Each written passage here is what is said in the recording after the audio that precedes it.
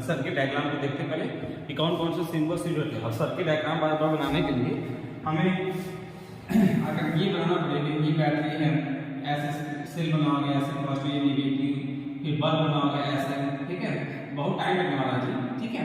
और फिर ऐसे स्विच बनाओगे, स्विच का मतलब स्विच मामला ऐसे होता है, ठीक है, ऐसे बनाने में टाइम लग जाएगा, ठीक है। तो उसके लिए साइंस क्या करता है कि साइंस उसको रिप्रेजेंट के लिए कुछ सिंबल यूज करता है कि वहाँ पे जैसे हमको सेल दिखाना है तो सेल की जगह वो सिंबल ही देंगे, तो आप समझ जाओ कि वो सेल का सेल है वहाँ पे। बैटरी की जगह वहाँ बैटरी का सिंबल लगा देंगे, बल्ब का सिंबल लगा दिए, स्विच की जगह स्विच का सिंबल लगा दिए। तो इसके लिए क्या होता है कि आपका रिप्रेजेंटेशन थोड़ा अट्रैक्टिव हो जाता है और थोड़ा आसान हो जाता है आपके लिए बार बार ड्रा करना। जैसे अब देखो सेल को हमको ऐसे बनाते, सेल हम ऐसे बनाते थे, लेकिन इसने सेल को कैसे बनाया, ऐसे बनाया, ठीक है। अब ये देखो प्लस और माइनस करने का मतलब इस सेल में दो टर्मिनल होते कि नहीं होते हैं, एक होता है पॉजिटिव टर्मिनल, एक होता है नेगेटिव टर्मिनल। तो जो बड़ी वाली लाइन होती है वो किसको रिप्रेजेंट करेगी, पॉजिटिव टर्मिनल को, और जो छोटी वाली लाइन है वो किसको रिप्रेजेंट करेगी, नेगेटिव टर्मिनल को, ठीक है। ये मेरा सेल करेक्ट है, तो कहीं होगा यहाँ इसकी जगह हमको सेल दिखाना होगा तो हम इसको इतना ना बना देंगे, इतना बना देंगे, ये बस मेरा सेल क्या होगा, पॉजिटिव नेगेटिव होगा। बड़ी वाली लाइन से कैसे दिखाओ, प्लस, ये ध्यान देना है कि बड़ी वाली लाइन प्लस को और छोटी वाली लाइन माइनस। आगे आते हैं बैटरी पे, तो बैटरी क्या होती है भाई, बैटरी देखो अभी हम लोगों को बताए थे कि बैटरी क्या होती है, कॉम्बिनेशन ऑफ सेल, एक से ज्यादा सेल रहते हैं। जैसे यहाँ आप लोगों को बैटरी दिखाना है, ठीक है, तो ऐसे दिखाओगे, एक बैटरी, फिर दो बैटरी, सेल, फिर तीन सेल, ऐसे। इसको दिखाने से अच्छा ये है कि सेल का सिंबल लगाओ, फिर सेल ऐसे देखिए, और यहाँ पे दिखा देंगे ये पॉजिटिव या नेगेटिव हो गया, तो आप समझ जाए क्या है बैटरी का सिंबल, एक पॉजिटिव नेगेटिव, फिर पॉजिटिव फिर नेगेटिव फिर पॉजिटिव, मतलब जितने लगे सब लोग को उतने सेल लगे। यहाँ कितने हैं, 1 2 और 3, ठीक है, कितने लगे, 3 है। अब आगे देखते की या स्विच को बताया, स्विच का क्या कहते हैं, सर्किट को ओपन और क्लोज करने के लिए। अब यहाँ पे देखो जैसे ये स्विच है, अब यहाँ पे ऐसे रहेगा, सर्किट क्या है, ब्रेक कर गया, तो की क्या है मेरी, ऑफ है, स्विच क्या है, ऑफ है, ये सिंबल का मतलब क्या है, ऑफ, और ये सिंबल का मतलब ये कांटेक्ट में आके मतलब सर्किट क्या हो जाएगा, कंप्लीट हो जाएगा, तो वहां पे क्या हो जाएगा, की ऑन हो जाएगा, स्विच क्या हो जाएगा, ऑन। तो ये ऑन का सिंबल है, ये ऑफ का सिंबल है। बल्ब बनाने के लिए ये यूज करते हैं, इसने बल्ब बनाने के लिए क्या किया, यहाँ पे बल्ब जो है ऐसे कर दिया, ठीक है, ए ऐसे। इस बल्ब का मतलब क्या है, बल्ब ग्लो नहीं कर रहा, जब बल्ब ग्लो करेगा तो ऐसा सिंबल दिखाएगा। तो कहीं आप ऐसे देखिए, सुनने क्या है, बल्ब क्या है, ग्लो कर रहा है, और कहीं बस ऐसे दिखने में क्या कहते हैं, बल्ब मेरा क्या है, ऑफ है, मतलब ग्लो नहीं कर रहा। आगे एमीटर है, कहीं ए लिखा होगा सर्किट में, आपको कुछ लगा के तो समझ जाइए वो एमीटर है। और एमीटर का यूज क्या होता है, यूज टू मेजर करंट या यूज टू अब देखो भाई किसी सर्किट में करंट जा रहा है कि नहीं जा रहा है, तो उसके लिए कौन सा यूज करते हैं, करंट को देखने की करंट है कि नहीं है, सर्किट कंप्लीट है कि नहीं है, तो हम ammeter use to measure current.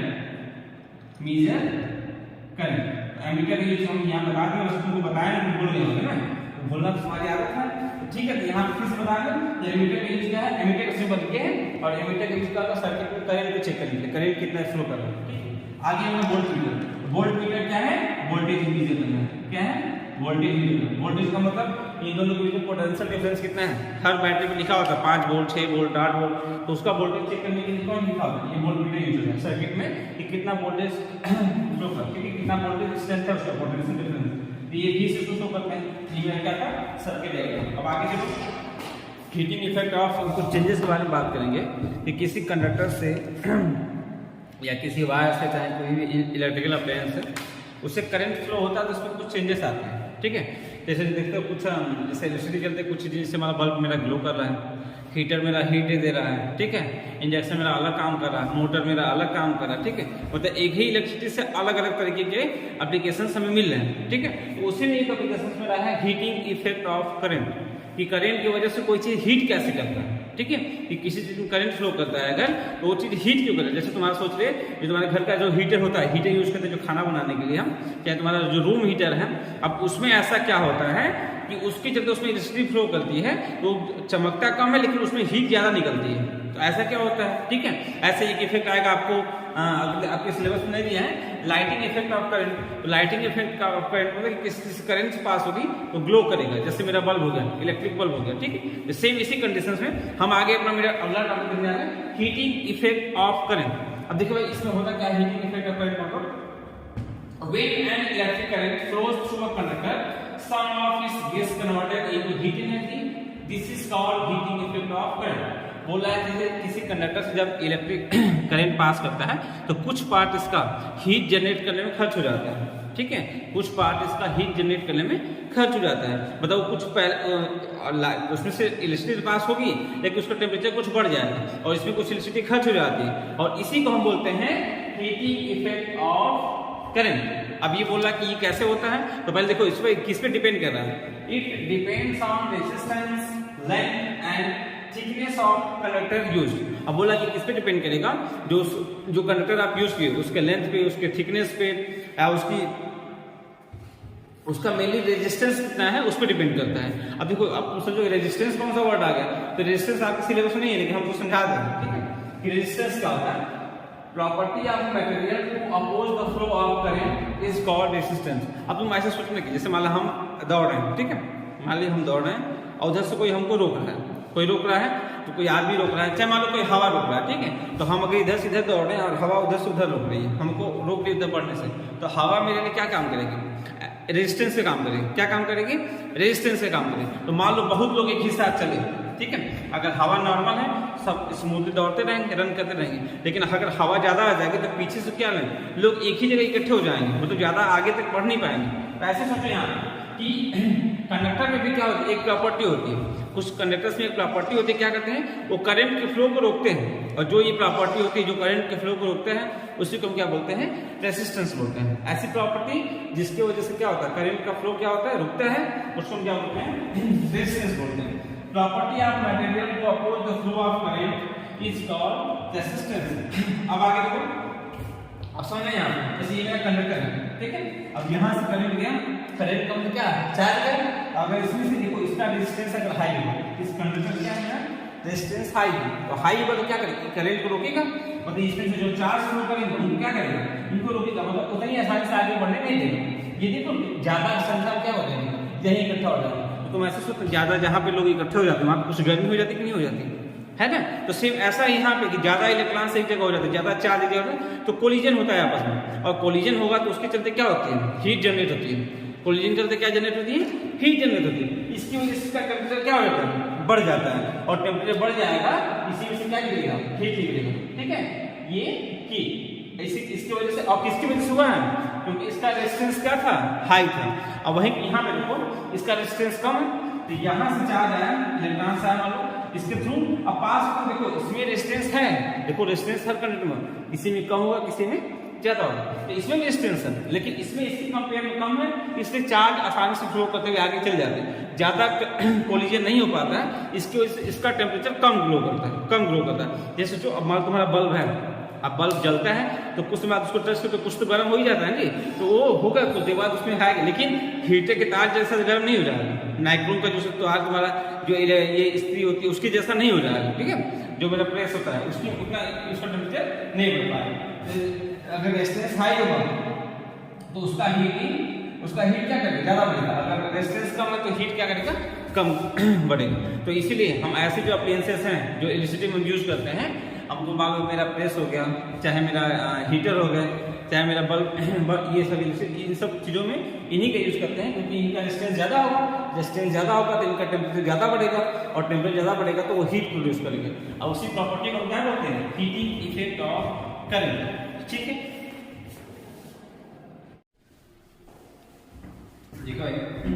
हम देख रहे हैं अपना heating effect of electric current, ठीक है। अब उसके लिए कुछ डिवाइसेस के नाम बताया हमने कि कौन कौन से डिवाइसेस हैं जो उस पर वर्क करती हैं, मतलब हीटिंग इफेक्ट ऑफ करंट की प्रॉपर्टी पे वर्क करती है। वर्क करने का मतलब जैसे उसमें वो प्रॉपर्टी यूज की जाती है, तो उसमें से करंट पास करेगा तो उसका टेम्परेचर बढ़ जाएगा, और टेम्परेचर बढ़ जाए तो उसको हम किसी काम में यूज कर सकते हैं, तो उसके एप्लीकेशंस हैं। उसी का एक एप्लीकेशन मेरा फ्यूज है जो आपके घर में यूज किया जाता है।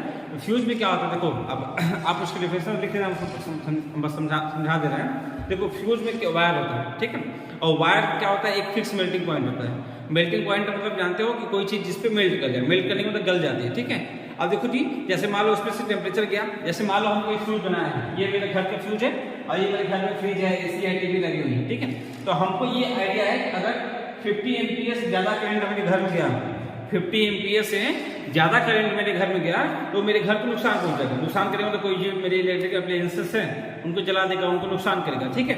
तो कहने का मतलब है कि मेरा इसके आगे हम घर में फ्यूज लगा दिए। अब फ्यूज ऐसा कुछ नहीं होता, उसका स्ट्रक्चर घर में देखोगे एक व्हाइट कलर का आपके बुक में दिया होगा ऐसे, ध्यान देंगे तो ये मेरा फ्यूज है, ठीक है, ये ठीक है, ये फ्यूज है मेरा। तो देखो कहने का मतलब ये फ्यूज को हम ऐसे करते हैं कि 50 एम्पीयर से ज्यादा जाएगा तो घर में नुकसान देगा। तो फ्यूज को हम इस तरीके से डिजाइन करते हैं कि 50 एम्पीयर से ज्यादा करंट अगर मेरे घर में पहुंचे, ये फ्यूज ये भी क्या करेगा, टूट जाएगा। और टूट जाने का मतलब फिर सर्किट ब्रेक कर जाएगा, इसके आगे करंट बढ़ेगी ही नहीं, तो सर्किट ब्रेकर की चीजें हमारी बच जाती है। ठीक है, होता क्या है देखो जैसे फ्यूज में क्या होता है, वो एक उसका मेल्टिंग पॉइंट फिक्स होता है, वो जो वायर यूज करते हैं उसका मेल्टिंग पॉइंट फिक्स होता है कि उस उतने करंट से ज्यादा करंट गया तो उसका टेम्परेचर क्या होगा, बताए हैं कि फ्यूज का रेजिस्टेंस ज्यादा होगा। फ्यूज का रेजिस्टेंस क्या होगा, ज्यादा होगा, तो ज्यादा हम जब उसमें करंट पास हो तो क्या करेगा, वो उसका हीट बढ़ेगा, उसका टेम्परेचर बढ़ेगा। अब जब उसका टेम्परेचर 50 से ज्यादा बढ़ जाता है तो वो अपने हीट को संभाल नहीं पाता है और अपने ही हीट की वजह से क्या कर जाएगा, मेल्ट कर जाएगा। मतलब उसका टेम्परेचर अगर 50 एम्पीयर से ज्यादा अगर उसमें करंट फ्लो किया तो उसका टेम्परेचर ज्यादा राइज कर जाएगा, और ज्यादा राइज करने के चलते क्या जाएगा, ये मेल्ट कर जाएगा। मेल्ट करने का मतलब वो फ्यूज क्या जाएगा, टूट जाएगा, और यही मेरा सर्किट क्या होता है, ब्रेक हो जाएगा। Fuse melts and circuit break, और यहीं पे क्या बोलते हैं, ये मेरी डिवाइसेज जो है घर की वो बच जाती है। ठीक है, अब देखो इसके बाद बोला आपको एक होमवर्क दिए हैं कि right 5 devices that runs on heating effect of current. आपको 5 डिवाइसेस के नाम लिखने जो हीटिंग इफेक्ट ऑफ करंट पे काम करती हैं। अगर अब देखो फ्यूज की जगह पे हम लोग अपने घर में एमसीबी यूज करते हैं, फ्यूज की जगह पर हम अपने घर में क्या यूज करेंगे, एमसीबी यूज करें। और एमसीबी का फुल फॉर्म होता है miniature circuit breaker, miniature circuit breaker. अब ये काम कैसे करता है भाई, एमसीबी का काम क्या होता है, जो मेरे सर्किट में होता है तो ये इसको इस तरह से डिजाइन कर दिया गया है, उसमें उस लिमिटेड करंट से ज्यादा करंट जाएगा, एक्सीड किया उसको तो सर्किट वहीं पे ब्रेक कर देगा। ठीक है, यानी मतलब allows only certain amount of current to pass through the circuit. If the current exceeds this limit, the supply is cut off. अगर उस करंट से ज्यादा करंट जाती है तो सर्किट वहीं ब्रेक कर जाता है, या उसको बोलते हैं कि कट ऑफ हो जाता है, मतलब सर्किट ब्रेक कर जाता है, फिर आगे करंट फ्लो ही नहीं करती है, तो हमारे जो भी अप्लायंसेस हैं वो मेरे बच जाते हैं। तो ये मेरा था heating effect of electric current. आगे हम देखेंगे magnetic effect of electric current, इसको राइट कर लीजिएगा आप लोग। देखिए भाई मेरा heating effect of electric current हो गया है। अगला और लास्ट टॉपिक है मेरे चैप्टर का मैग्नेटिक इफेक्ट ऑफ करंट। एक बच जाता है मेरा वर्किंग ऑफ इलेक्ट्रिक करंट, तो वो इसी प्रिंसिपल पर काम करता है, उसको बता दीजिएगा, अलग से वीडियो डाल दूँगी। ठीक है, आज बहुत ज़्यादा लेट हो गया, तो चलो समझते हैं पहले कि मैग्नेटिक इफेक्ट ऑफ करंट क्या है। बोला when current passes through a conductor magnetic field is produced around the conductor, this is called magnetic effect of current. जैसे बोल रहा है मान लो कि ये कोई वायर है, ठीक है, और वायर इसको बैटरी से ऐड कर दिए, इसमें से क्या कर कोई करंट पास कर रहा है, ठीक है, तो करंट पास कर रहा है तो बोलो कि इसके चारों तरफ एक मैग्नेटिक फील्ड प्रोड्यूस हो रहा है, इसके चारों तरफ क्या हो रहा है, एक मैग्नेटिक फील्ड प्रोड्यूस हो रहा है, और इसी प्रॉपर्टी को हम बोलते हैं मैग्नेटिक इफेक्ट ऑफ करंट। ठीक है, when a current carrying wire when current passes through a conductor a magnetic field is produced around a wire and this is called magnetic effect of current। और इसे हम क्या बोलते हैं, magnetic effect of current. पहले तो इसमें दो फिगर बनाए, एक फिगर खींचिए मेरा और दूसरा फिगर ये। अब देखो ये दोनों फिगर में डिफरेंस क्या है, पहले फिगर में स्विच मेरा ऑफ है, मतलब ये करंट जो ये सर्किट ब्रेक है, अभी करंट इसमें यहां से जाएगा नहीं, करंट इसमें नहीं चल रहा है, ठीक है, इसमें नीडल में कोई डिफ्लेक्शन नहीं आ रही। लेकिन जब हम जो स्विच को ऑन कर दे रहे हैं तो करंट क्या है, जब इस वायर से करंट पास कर रहा है इसलिए क्या हो रहा है, नीडल में डिफ्लेक्शन आ रही है, तो नीडल में डिफ्लेक्शन आने का मतलब इसके आसपास क्या हो रहा है, कोई मैग्नेटिक फील्ड प्रोड्यूस हुआ है, यही बोलते हैं, इसी प्रॉपर्टी को बोलते हैं मैग्नेटिक इफेक्ट ऑफ करंट। ठीक है भाई, अब यहाँ पे देखिए, यहाँ पे ये कैसे होता है, अब हम मैग्नेटिक फील्ड प्रोड्यूस हो रहा है कि नहीं, और इसको कैसे क्लियर करेंगे, देखिएगा तो है नहीं, तो उसके लिए हम क्या करें, मैग्नेटिक कंपास यूज किए। ये मैग्नेटिक कंपास करता है, जो उसके अराउंड अगर मैग्नेटिक फील्ड होता है तो उसमें इसके नीडल जो क्या था डिफ्लेक्ट करना शुरू कर देते हैं। ठीक है, तो यहाँ पे डिफ्लेक्ट कर रहा है, मतलब इस वायर के अराउंड क्या है, एक मैग्नेटिक फील्ड प्रोड्यूस हुई। इसी में थोड़ा सा आगे बढ़ते हैं, एक सोलेनॉइड होता है, सोलेनॉइड आपके टॉपिक में दिया है, a coil of wire which acts as a magnet when current passes through it is called solenoid. देखो यही चीज है, इसको सोलेनॉइड क्यों बोला, अब बोला कि देखो यहाँ पे जो करंट पास कर रहे हैं, हम मालूम यहाँ से एमीटर लगा दें, ठीक है, यहाँ पे हम एमीटर लगा दें, तो देखिए कि इसकी स्ट्रेंथ कुछ कम, तो यहाँ बोला कि इसकी स्ट्रेंथ बढ़ाने के लिए इस कॉइल में ये स्ट्रेट वायर है, इस स्ट्रेट वायर क्या करते हैं, एक कॉइल के फॉर्म में चेंज करते हैं, कॉइल मतलब इसको ऐसे, ठीक है, तो इसमें बोला कि नंबर ऑफ टर्न्स बढ़ा दिया, तो इसमें देख रहा है यहाँ पे करंट ज्यादा प्रोड्यूस हो रहा है, मतलब यहाँ पे करंट ज्यादा प्रोड्यूस हो रहा है, तो इसी को ऐसा बनाने के लिए जो प्रोसेस क्या, उसे क्या बोलते हैं, solenoid. क्या बोले? A coil of wire which acts as a magnet when current passes through it is called a solenoid. अब आपके बुक में दिया है कि करंट को कैसे कैसे और बढ़ा सकते हैं, तो उसको कॉपी में लिख लीजिएगा। और लास्ट वाला है इलेक्ट्रोमैग्नेट। अब देखो जी, बोला कि इलेक्ट्रोमैग्नेट क्या होता है, इसके लिए एक और बड़ी वीडियो है कि आप ये देखो काम क्लियर हो जाएगा।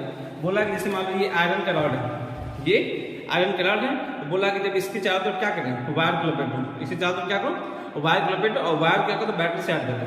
तो ऐसे देखो आयरन क्या करते हैं, दूसरे आयरन को अट्रैक्ट तो करने के नहीं, ये आयरन वाले दोनों ये इसको अट्रैक्ट नहीं करेंगे, लेकिन जब देख रहा है ना कि जब इसके चारों तरफ वायर को लपेट दे रहे हैं, माउंट कर दे रहे हैं, तब अगर इसमें से करंट पास कर आ रहे हैं, तो उसमें से क्या हो रहा है, वो ये क्या कर रहा है, लोहे की चीजों को अट्रैक्ट करने लग रहा है। ये लोहा क्या कर रहा है, आयरन क्या कर रहा है, दूसरे आयरन की चीजों को अट्रैक्ट कर रहा है। तो वहां पे मतलब ये iron bar as a magnet behave कर रहा है, ये iron bar as a magnet behave कर रहा है, और इसी को हम बोलते हैं इलेक्ट्रोमैग्नेट। बोला when a current is pass through current carrying wire which is wound around an electric iron bar, then iron behaves as a magnet. This iron bar is called electromagnet. देखो जी आयरन बार है, और इसकी जगह क्या की, ये wire, इसमें wire को लपेटे हैं, वायर क्या किया, वाउंड की। अब इसमें जब करंट पास नहीं हो रहा, जब करंट पास हो रहा है ना, जैसे जैसे करंट पास होगा, यहाँ से घूमते घूमते, यहाँ से घूमते घूमते कहाँ, जब आएगा देख रहा है कि ये आयरन है, क्या कर रहा है, दूसरे आयरन नेल्स को अट्रैक्ट कर रहा है, तो मतलब वहां पे बोला ये कैसे बिहेव कर रहा है, एज ए मैग्नेट बिहेव कर रहा है, और इसी प्रॉपर्टी को बोलते हैं इलेक्ट्रोमैग्नेट। इसकी यूज आपने बुक में दिया है, ये आपका होमवर्क उसमें लिखिएगा कि इलेक्ट्रोमैग्नेट का क्या क्या यूज हो सकता है। ठीक है, सभी चीजें हो गई। एक बच रहा टॉपिक आपका अभी, इसमें कैसे बेल काम करता है, उसको नेक्स्ट वीडियो में बता देंगे।